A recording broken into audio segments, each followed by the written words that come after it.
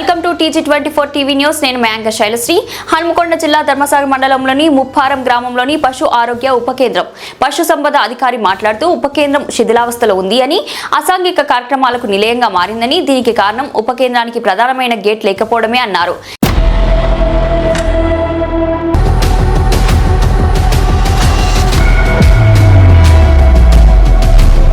సకాలంలో పశువ్యాధి నిరోధక టీకాలు వేయించి పశు సంపదను కాపాడుకోవాలని స్థానిక పశు సంపద అధికారి సూచించారు.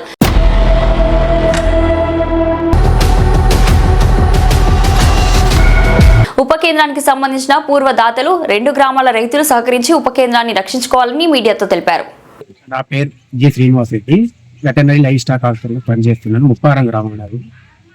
హాస్పిటల్ నేను ఉండేది ఏంటంటే ముప్పారం గ్రామం ఉంటుంది. ఈ హాస్పిటల్ స్థాపించడం ఏంటంటే ముప్పారం గ్రామమే పోస్టింగ్. ఇది ఉండడేమో నారాయణగిరి గ్రామంలో గ్రామ పంచాయతీ ఉండడం వల్ల ఏమవుతుందంటే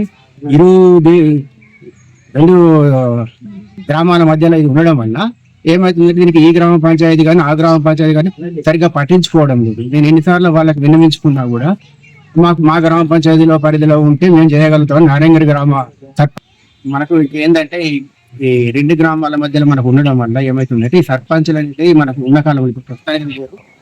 వాళ్ళకి చాలా సార్లు వినియోగించుకోవడం జరిగినది. ఈ గ్రామం మా యొక్క పశు వైద్యశాల బిల్డింగ్ అనేది శిథిలావస్థలో ఉండడం వల్ల నేను శిథిలావస్థలో ఉందని చాలాసార్లు కోరడం జరిగింది.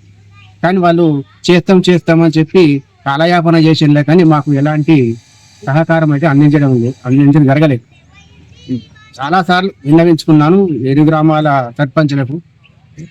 ఇలాంటి సందర్భంలో కూడా నేను రైతుల నుంచి కొంతమందిని నేను అడిగాను, మనం ఏం చేస్తే మన పశు వైద్యశాల మెరుగుపడుతుంది.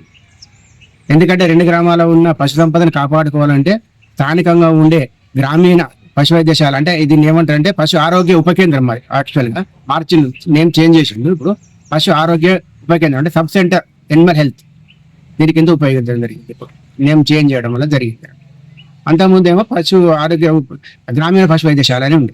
మనం ఎలా చేస్తే ముందుకు సాగలుగుతాం, మన పశు సంపదను కాపాడుకోవడానికి మనకున్న పశు ఆరోగ్య ఉప కేంద్రాన్ని మెరుగుపరుచుకోవాలన్నా కూడా మీరు కొంత సహాయ సహకారాన్ని అందించాలి. లేదా గ్రామంలో అయితే డోనర్స్ ఉంటారో వాళ్ళు కూడా మాకు సహకరించినట్లయితే మన పశు వైద్యశాలను మెరుగుపరుచుకోవచ్చు వాళ్ళు సూచనలు చేయడం జరిగింది.